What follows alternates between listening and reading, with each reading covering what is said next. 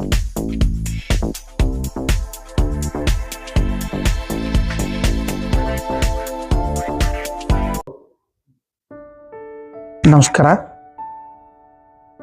ನನ್ನ ಹೆಸರು ಡಾಕ್ಟರ್ ಮಂಜು ಮಾಲೇಕರ್ ಅಂಥೇಳಿ.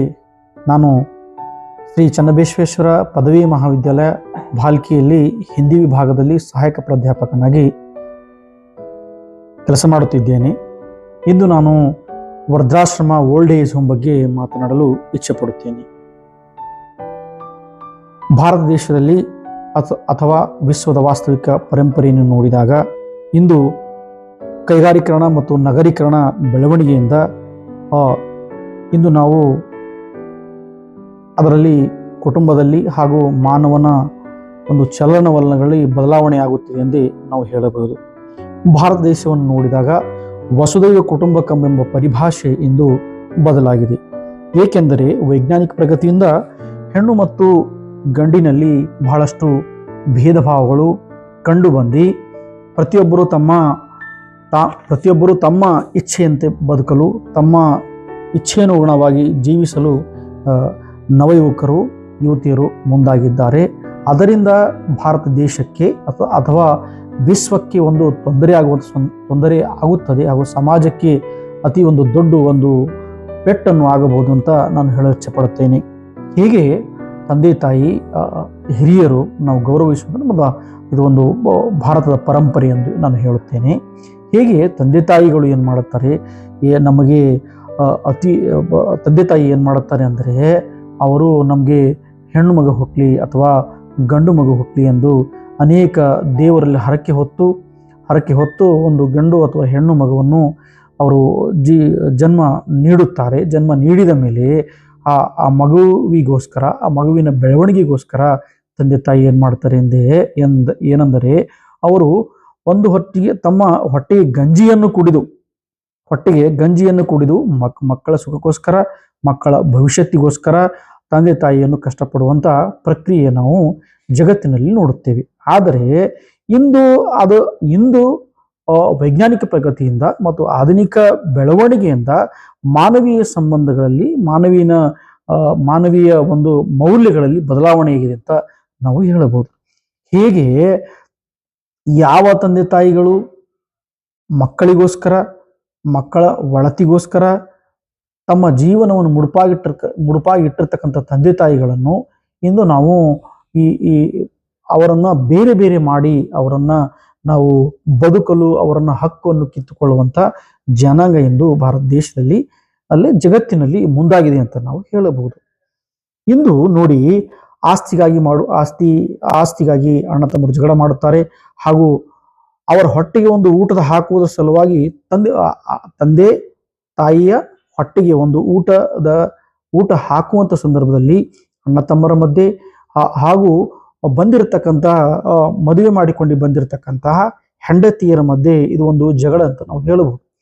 ಆಸ್ತಿಗಾಗಿ ಜಗಳ ಮಾಡುವಂಥ ಮಕ್ಕಳು ತಂದೆ ತಾಯಿ ಸತ್ತ ನಂತರ ಅವರ ಮೈ ಮೇಲೆ ಇರುವಂಥ ಒಂದು ಬಂಗಾರದ ತುಂಡು ಕೂಡ ಇದ್ದರೆ ಅದಕ್ಕೋಸ್ಕರ ತುಂಡಿಗಾಗಿ ಬಂಗಾರ ಇರಲಿ ಅಥವಾ ಬೆಳ್ಳಿನೇ ಇರಲಿ, ತಂದೆಯ ಮೇಲೆ ಇರುವಂತಹ ಒಂದು ತುಂಡು ಬಂಗಾರಕ್ಕಾಗಿ ಮಕ್ಕಳು ಜಗಳ ಮಾಡುವಂಥ ಪ್ರಕ್ರಿಯೆಯನ್ನು ಭಾರತ ದೇಶದಲ್ಲಿ ನಾವು ನೋಡ್ತಾ ಇದ್ದೀವಿ. ಅದೇ ರೀತಿ ತಂದೆ ತಾಯಿಯನ್ನು ವೃದ್ಧಾಶ್ರಮಕ್ಕೆ ತಳ್ಳಿ ದೇಶ ವಿದೇಶಗಳಲ್ಲಿ ವಾಸ ಮಾಡುವಂಥ ಮಕ್ಕಳು.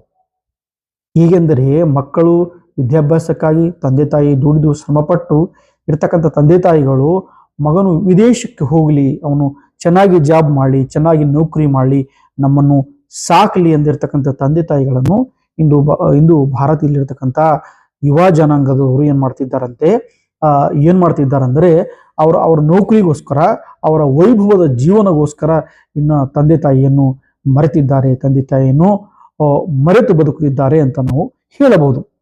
ಹೇಗೆಂದ್ರೆ ಅಡವಿಯಲ್ಲಿ ತಂದೆ ತಾಯಿಯನ್ನು ಬಿಡುವಂಥ ಪ್ರಕ್ರಿಯೆ ನೋಡಬಹುದು, ಮನೆಯಿಂದ ಅವರಿಗೆ ದೂರ ಬಿಡುವಂಥ ಪ್ರಕ್ರಿಯೆ ನೋಡಬಹುದು, ಹೆಂಡತಿಯನ್ನು ಮಾತು ಕೇಳಿ ತಂದೆ ತಾಯಿಯನ್ನು ದೂರ ಬಿಡುವಂಥ ಪ್ರಕ್ರಿಯೆ ನೋಡಬಹುದು. ಅವು ತಂದೆ ತಾಯಿ ಮತ್ತು ಇಬ್ಬರ ಮಧ್ಯೆ ಜಗಳ ಹಚ್ಚುವಂಥ ಪ್ರಕ್ರಿಯೆ ನಾವು ಈಗಿನ ಯುವತಿಯರು ಮಾಡ್ತಿದ್ದಾರೆ ಅಂತ ನಾವು ಹೇಳಬಹುದು. ಮತ್ತೊಂದು, ಬೇರೆ ಊರಿಗೆ ಹೋಗುವಂಥ ಸಂದರ್ಭದಲ್ಲಿ ತಾಯಿಯನ್ನು ಮಲಗಿರುವ ಸಂದರ್ಭದಲ್ಲಿ ಅವರನ್ನ ಯಾವುದೋ ಚೀಲ ಅಥವಾ ಗೋಣಿ ಚೀಲದಲ್ಲಿ ಹಾಕಿಕೊಂಡು ಅವರನ್ನು ಬಿಟ್ಟು ಹೋಗುವಂಥ ಪ್ರಕ್ರಿಯೆ ನಾವು ನೋಡಬಹುದು. ಆದರೆ ಅದರಿಂದ ಏನಾಗ್ತಾ ಇದ್ದಾರೆ ಅಂದರೆ ನಮ್ಮ ನಮ್ಮ ಮಾನವೀಯ ಮೌಲ್ಯಗಳು ಅವು ಹಾಳಾಗ್ತಾ ಇದ್ದಾವೆ. ತಂದೆ ತಾಯಿಯನ್ನು ನೋಡಿಕೊಳ್ಳದ ಈ ಪರಂಪರೆ ನಮಗೆ ಬೇಕಾಗಿಲ್ಲ. ಆದರೆ ತಂದೆ ತಾಯಿಯನ್ನ ನೋಡಿಕೊಂಡು ಅವರ ಜೊತೆ ಬಾಳಿ ಬದುಕುವಂತ ನಮ್ಮ ಈ ಭಾರತೀಯ ಪರಂಪರೆಯನ್ನು ಇಂದು ಬದಲಾಗಿದೆ ಅಂತ ನಾವು ಹೇಳಬಹುದು. ಮತ್ತು ಮುಂದೆ ಬಂದಾಗ ಅಣ್ಣನ ಮನೆಯಿಂದ ತಮ್ಮನ ಮನೆಗೆ, ತಮ್ಮನ ಮನೆಯಿಂದ ಅಣ್ಣನ ಮನೆಗೆ ತಂದೆ ತಾಯಿಯನ್ನು ಅವರನ್ನ ಅಂದ್ರೆ ಒಪ್ಪಂದದ ಮೇರೆಗೆ ತಂದೆ ತಾಯಿಯನ್ನು ಅನ್ನ ಹಾಕುವಂತ ಪ್ರಕ್ರಿಯೆ ಇಂದು ಮುಂದಾಗಿದೆ. ಅದನ್ನು ಹೀಗೆ ಇದು ಭಾರತ ದೇಶಕ್ಕಲ್ಲನೆ ಮಾನವೀಯ ಜನಾಂಗಕ್ಕೆ ಇದು ಒಂದು ಪಿಡುಗು ಅಂತ ನಾವು ಹೇಳಬಹುದು. ಏಕೆಂದರೆ ತಂದೆ ತಾಯಿಯನ್ನ ಹಾಗೂ ತಾಯಿ ತಂದೆಯನ್ನ ನಾವು ನೋಡಿಕೊಳ್ಳಬೇಕು. ಅವರ ಒಳತಿಗೋಸ್ಕರ ಬದುಕಿದರೆ ನಮ್ಮ ಜೀವನ ಪವಿತ್ರವೆಂದು ಹೇಳಬೇಕು. ವಯಸ್ಸಾದ ನಂತರ ತಂದೆ ತಾಯಿಯನ್ನು ಪ್ರತ್ಯೇಕವಾಗಿ ಮನೆಯಲ್ಲಿ ಇಡುವುದು ಹೇಗೆಂದರೆ, ವಯಸ್ಸಾದ ನಂತರ ತಂದೆ ತಾಯಿಯನ್ನು ನಾವು ಅವರನ್ನು ನೋಡಿಕೊಳ್ಳದೆ ಯಾವುದೋ ಒಂದು ಸಣ್ಣ ಮೂಲೆಯಲ್ಲಿ, ಮನೆಯ ಒಂದು ಸಣ್ಣ ಮೂಲೆಯಲ್ಲಿ ಇಡುವಂಥ ಪ್ರಕ್ರಿಯೆ ನಮ್ಮಲ್ಲಿ ಬಹಳ ಆಗ್ತಾ ಇದೆ, ನಡೀತಾ ಇದೆ. ಇದು ಸಮಾಜದ ವಾಸ್ತವಿಕತೆ ಎಂದು ಹೇಳಬಹುದು. ಈ ಎಲ್ಲಾ ಪ್ರಕ್ರಿಯೆಗಳನ್ನು ತಡೆಗಟ್ಟಬೇಕಾದರೆ ನಮ್ಮ ವಯಸ್ಸಾಗಿರ್ತಕ್ಕಂಥ ಜನಾಂಗದವರು, ನಮ್ಮ ಹಿರಿಯರು ಅವರನ್ನು ಏನ್ ಮಾಡ್ಬೇಕು ಅಂದ್ರೆ, ಅವರು ಮೊಟ್ಟ ಮೊದಲದಾಗಿ ಧೈರ್ಯವಾಗಿ ಮುಪ್ಪಿನ ಸಮಯದಲ್ಲಿ ತಂದೆ ತಾಯಿಯನ್ನು ನಾವು ಜೊತೆಯಲ್ಲಿ ಇಟ್ಕೊಳ್ಬೇಕು. ಯುವಜನಾಂಗದವರು ಧೈರ್ಯವಾಗಿ ತಮ್ಮ ತಂದೆ ತಾಯಿಯನ್ನು ಸಮಾಜದಲ್ಲಿ ಬದುಕಬೇಕಾದ ತಂದೆ ತಾಯಿಯನ್ನು ಅವ್ರನ್ನ ನಮ್ಮ ಜೊತೆಯಲ್ಲಿ ಇಟ್ಟುಕೊಂಡು ನಾವು ಬದುಕಬೇಕು, ಅವ್ರ ಜೊತೆ ನಾವು ಬಾಳಬೇಕು ಅಂತ ಮೊದಲನೇದಾಗಿ ಹೇಳುತ್ತೇನೆ. ಎರಡನೇದಾಗಿ, ವಿದೇಶದಲ್ಲಿ ದುಡ್ಡು ಗಳಿಸ್ತಕ್ಕಂಥ ನೌಕರಸ್ಥರು ಏನ್ ಮಾಡ್ತಿದ್ದಾರೆ ಅಂದ್ರೆ, ತಮ್ಮ ತಂದೆ ತಾಯಿ ಲಾಲನೆ ಪಾಲನೆಗಾಗಿ ತಮ್ಮ ತಂದೆ ತಾಯಿಯನ್ನು ನೋಡಿಕೊಳ್ಳಲು ನೌಕರಸ್ಥರನ್ನು ಇಡುತ್ತಿದ್ದಾರೆ. ಆ ನೌಕರಸ್ಥರು ಇಡುವಂತ ಪ್ರಕ್ರಿಯೆಯನ್ನು ಮಾಡಬೇಕು, ನಾವು ಬಂದ್ ಮಾಡಬೇಕು. ಹೇಗೆಂದ್ರೆ, ನಾವು ಸೋಷಿಯಲ್ ಮೀಡಿಯಾ ಬಂದ ನಂತರ, ಸಾಮಾಜಿಕ ಜಾಲತಾಣ ಬೆಳವಣಿಗೆ ಆದ ನಂತರ ಪ್ರತಿಯೊಂದು ದಿನ ಈ ತರದ ಸಮಸ್ಯೆಗಳನ್ನು ನಾವು ನೋಡ್ತಾ ಇದ್ದೀವಿ. ಆದರೆ ನಾವು ಏನ್ ಮಾಡ್ಬೇಕಂದ್ರೆ, ಈ ತಂದೆ ತಾಯಿ ಜೊತೆಯಲ್ಲಿದ್ದು ನಾವು ಎಲ್ಲೇ ನೌಕರಿ ಮಾಡಿದ್ರು ಕೂಡ ನಮ್ಮ ತಂದೆ ತಾಯಿಯನ್ನು ಜೊತೆಯಲ್ಲಿ ಇಟ್ಟುಕೊಂಡು ಬದುಕಬೇಕು ಅಂತ ನಾನು ಹೇಳುತ್ತೇನೆ. ಅದೊಂದು ಇನ್ನೊಂದು ವಿಷಯ ಏನಂದರೆ, ಕೈ ಜೋಡಿಸಿ ವೃದ್ಧರ ಸೇವೆ ಮಾಡೋಣ ಬನ್ನಿ ಎಂದು ಹೇಳಬೇಕು. ಹೇಗೆ ಎಲ್ಲರೂ ವೃದ್ಧರ ಸೇವೆ ನಾವು ಮಾಡಬೇಕು, ತಂದೆ ತಾಯಿಯನ್ನು ನೋಡಿಕೊಳ್ಳಬೇಕು ಎಂದು ನಾನು ಹೇಳುತ್ತೇನೆ. ಇನ್ನೊಂದು, ವೃದ್ಧಾಶ್ರಮಕ್ಕೆ ವಯಸ್ಸಾದ ಜನಾಂಗದವರು, ವಯಸ್ಸಾಗುತ್ತರ ನಮ್ಮ ತಂದೆ ತಾಯಿಗಳು ಹೀಗಿರಬೇಕಂದ್ರೆ, ಎಲ್ಲಾ ವೃದ್ಧರು ಒಂದು ಸಂಘವನ್ನು ತಯಾರು ಮಾಡಬೇಕು. ಒಂದು ಸಂಘಟನೆಯನ್ನು ತಯಾರು ಮಾಡ್ಕೋಬೇಕು. ಸಂಘಟನೆಯನ್ನು ತಯಾರು ಮಾಡಿಕೊಂಡ ನಂತರ ಯಾವುದೇ ಪ್ರದೇಶದಲ್ಲಿ ಯಾವುದೇ ಜನಾಂಗಕ್ಕೆ, ಯಾವುದೇ ವೃದ್ಧರಿಗೆ ತೊಂದರೆ ಆದರೆ ಅದಕ್ಕೆ ಅವರು ಅದನ್ನು ಪ್ರತಿಭಟನೆ ಮಾಡಬೇಕೆಂದು ನಾನು ಹೇಳುತ್ತೇನೆ.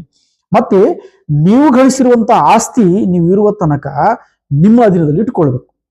ನೀವು ಗಳಿಸಿರ್ತಕ್ಕಂಥ ಆಸ್ತಿ ನೀವು ಇರುವ ತನಕ ನಿಮ್ಮ ಮಕ್ಕಳಿಗೆ ನೀವು ಡಿವೈಡ್ ಮಾಡಬಾರ್ದು ಅಂತ ನಾನು ಹೇಳ್ತೀನಿ.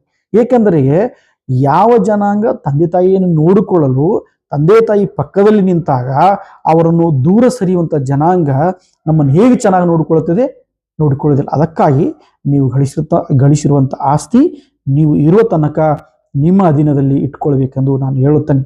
ಮತ್ತೆ ಸರ್ಕಾರದ ಬಗ್ಗೆ ಬಹಳ ಕಾಳಜಿ ವಹಿಸಬೇಕು.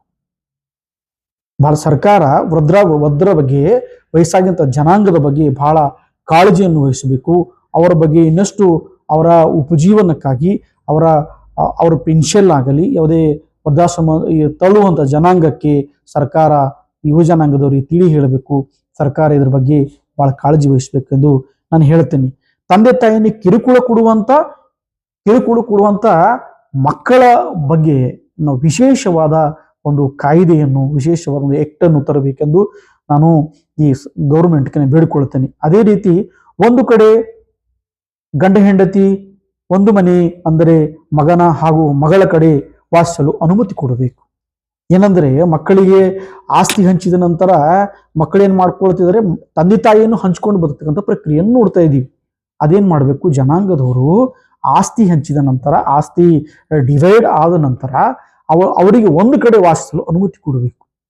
ಏನ್ ಮಾಡ್ತಿದ್ದಾರೆ ಅಂದ್ರೆ, ಅಣ್ಣನ ಮನೇಲಿ 6 ತಿಂಗಳು, ತಮ್ಮನ ಮನೇಲಿ 6 ತಿಂಗಳು ಬದುಕಿ, ಮತ್ತು ಅದರಲ್ಲಿ ಕೂಡ ತಂದೆ ತಾಯಿಯನ್ನು ದೂರ ಮಾಡ್ತಕ್ಕಂಥ ಇಂದಿನ ಸಂಸ್ಕೃತಿಯನ್ನು ನಾನು ವಿರೋಧಿಸ್ತೇನೆ ಎಂದು ನಾನು ಹೇಳುತ್ತೇನೆ. ಸರ್ಕಾರ ನೋಡಿ, ಇನ್ನೊಂದು ಸರ್ಕಾರ ಸಾರಿಗೆ ವ್ಯವಸ್ಥೆಯಲ್ಲಿ ಸಾರಿಗೆ ಸಂಪರ್ಕ ವ್ಯವಸ್ಥೆಯಲ್ಲಿ ಕೂಡ ವೃದ್ಧರಿಗೆ ವಿಶೇಷ ಸೀಟುಗಳನ್ನು ಕಾಯ್ದಿರಿಸಬೇಕು ಎಂದು ನಾನು ಹೇಳಿಕೊಳ್ತೇನೆ. ಹೇಗೆ ಅಂಗವಿಕಲರಿಗೆ ಹೇಗೆ ನಾವು ವಿಶೇಷ ಸೀಟುಗಳನ್ನು ನಿರ್ಧಾರ ಮಾಡಿದ್ದೀವಿ, MP MLA ಗಳಿಗೆ ಹೇಗೆ ವಿಶೇಷ ಸೀಟುಗಳನ್ನು ನಾವು ಕೊಡ್ತೀವಿ, ಅದೇ ರೀತಿ ವೃದ್ಧರಿಗೆ ಕೂಡ ಸರ್ಕಾರಿ ಸಾರಿಗೆ ವ್ಯವಸ್ಥೆಯಲ್ಲಿ ಕೂಡ ಅವರಿಗೆ ವಿಶೇಷ ಸೀಟುಗಳನ್ನು ನೀಡಬೇಕೆಂದು ನಾನು ಸರ್ಕಾರದಲ್ಲಿ ಮನವಿ ಮಾಡಿಕೊಳ್ಳುತ್ತೇನೆ. ಅದೇ ರೀತಿ ಪ್ರತಿಯೊಂದು ನಗರದಲ್ಲಿ ಏನ್ ಮಾಡ್ಬೇಕಂದ್ರೆ ಸಾಯಂಕಾಲದ ಸಂದರ್ಭದಲ್ಲಿ ವೃದ್ಧರಿಗೆ ಅಭಿವೃದ್ಧಿಗೋಸ್ಕರ, ವೃದ್ಧರ ಮನೋರಂಜನೆಗೋಸ್ಕರ ಪ್ರತಿಯೊಂದು ಗಾರ್ಡನ್ ನಿರ್ಮಾಣ ಮಾಡಬೇಕು ಅಂತ ನಾನು ಬೇಡಿಕೊಳ್ಳುತ್ತೇನೆ. ಏಕೆಂದರೆ ವೃದ್ಧರು ಹೋಗಿ ಸಾಯಂಕಾಲ ಸಂದರ್ಭದಲ್ಲಿ ಅವ್ರು ಹೋಗಿ ಅವರ ಪಿಸು ಮಾತುಗಳನ್ನ, ಅವರ ಹಳೆಯ ಮಾತುಗಳನ್ನು ಆಡಿಕೊಂಡು ಅವರ ಸ್ನೇಹಿತರ ಜೊತೆ ಅವರು ಮೆಲುಕು ಹಾಕಬೇಕು, ಹಳೆಯ ನೆನಪುಗಳು ನೆನಪಿಸಿಕೊಳ್ಳಬೇಕೆಂದು ನಾನು ಹೇಳುತ್ತೇನೆ. ಇಲ್ಲ ಅಂದ್ರೆ ಭಾರತದಲ್ಲಿ ವಿಶ್ವದಲ್ಲಿ ಏನ್ ಬರುತ್ತೆ ಅಂದ್ರೆ, ಹೀಗೆ ಮುಂದೆ ಬರುವಂತ ಸಂದರ್ಭದಲ್ಲಿ ಇದು ಭಾರತ ದೇಶದ ಸಮಾಜ ಅಲ್ಲದೆ ಎಲ್ಲ ವಿಶ್ವದ ಸಮಾಜ ಇದು ಎದುರಿಸ್ತಕ್ಕಂಥ ದೊಡ್ಡ ಸಮಸ್ಯೆಯಾಗಿ ಹೊರಹೊಮ್ಮುತ್ತದೆ. ಹೇಗೆಂದರೆ ಪ್ರತಿಯೊಂದು ಪ್ರತಿಯೊಂದು ಊರಲ್ಲಿ ಗ್ರಾಮ ಪಂಚಾಯತಿಗಳನ್ನ ಹೇಗೆ ತೆಗೆಯುತ್ತಾರೆ, ಅದೇ ರೀತಿ ಕೂಡ ನಾವು ವೃದ್ಧಾಶ್ರಮ ಪ್ರತಿಯೊಂದು ಹಳ್ಳಿಗಳಲ್ಲಿ ತೆಗೆಯುವಂತ ಸಮಸ್ಯೆಯನ್ನು ಭಾರತಕ್ಕಲ್ಲದೆ ವಿಶ್ವಕ್ಕೆ ಈ ಸಮಸ್ಯೆ ಎದುರಾಗುತ್ತದೆ ಎಂದು ಹೇಳುತ್ತೇನೆ. ಕೊನೆಯಲ್ಲಿ ನಾನು ಒಂದು ಮಾತು ಹೇಳಲಿಕ್ಕೆ ಇಚ್ಛೆ ಪಡ್ತೇನೆ. ಬನ್ನಿ ಎಲ್ಲರೂ ತಂದೆಗೆ ತಂದೆಯಾಗೋಣ, ಬನ್ನಿ ಎಲ್ಲರೂ ತಂದೆಗೆ ತಂದೆಯಾಗೋಣ, ಹಾಗೆ ತಾಯಿಗೆ ತಾಯಿಯಾಗೋಣ ಎಂದು ಹೇಳುತ್ತಾ ನನ್ನ ಒಂದು ಚಿಕ್ಕ ವಿಡಿಯೋವನ್ನು ಮುಗಿಸ್ತೇನೆ. ನಮಸ್ಕಾರ.